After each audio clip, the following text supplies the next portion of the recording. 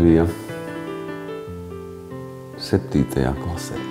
Es atnācu uz Siguldas vidusskolu 7. klasē. Un nevarētu teikt, ka es pirmajā dienā, 1. septembrī, teiksim, iepazinos ar Gunti. Un uzreiz viss tā uz viņu fokusējās, jo savējās vecās, tā nevisi. Es atceros vienu ļoti spilgtu momentu.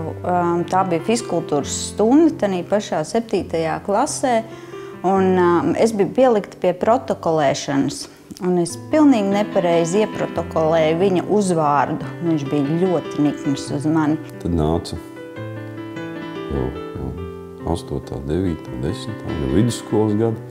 Mēs dejojām tautiskās dejas,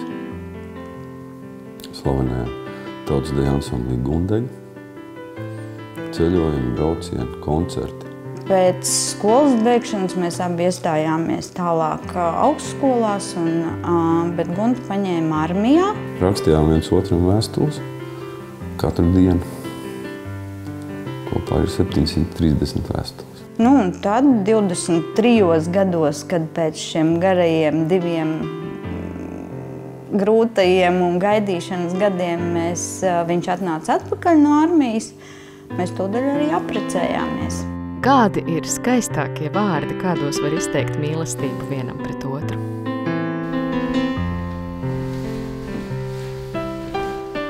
Vai tad vispār kāds var to mīlestību tā vārdos arī raksturot? Viņa nav melnbalta. Viņa noteikti ir ļoti krāsaina, kolorīta. No līdz.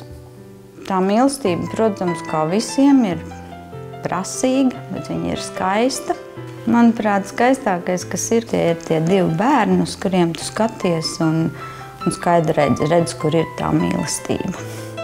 Vai arī tagad jūs viens otram varat teikt pirmie, īstie, vienīgie, tie, kuriem bija jāsatiekas? Tas ir pats galvenais, ka es nespēju iedomāties, ka es varētu būt ar kādu citu cilvēku kopā.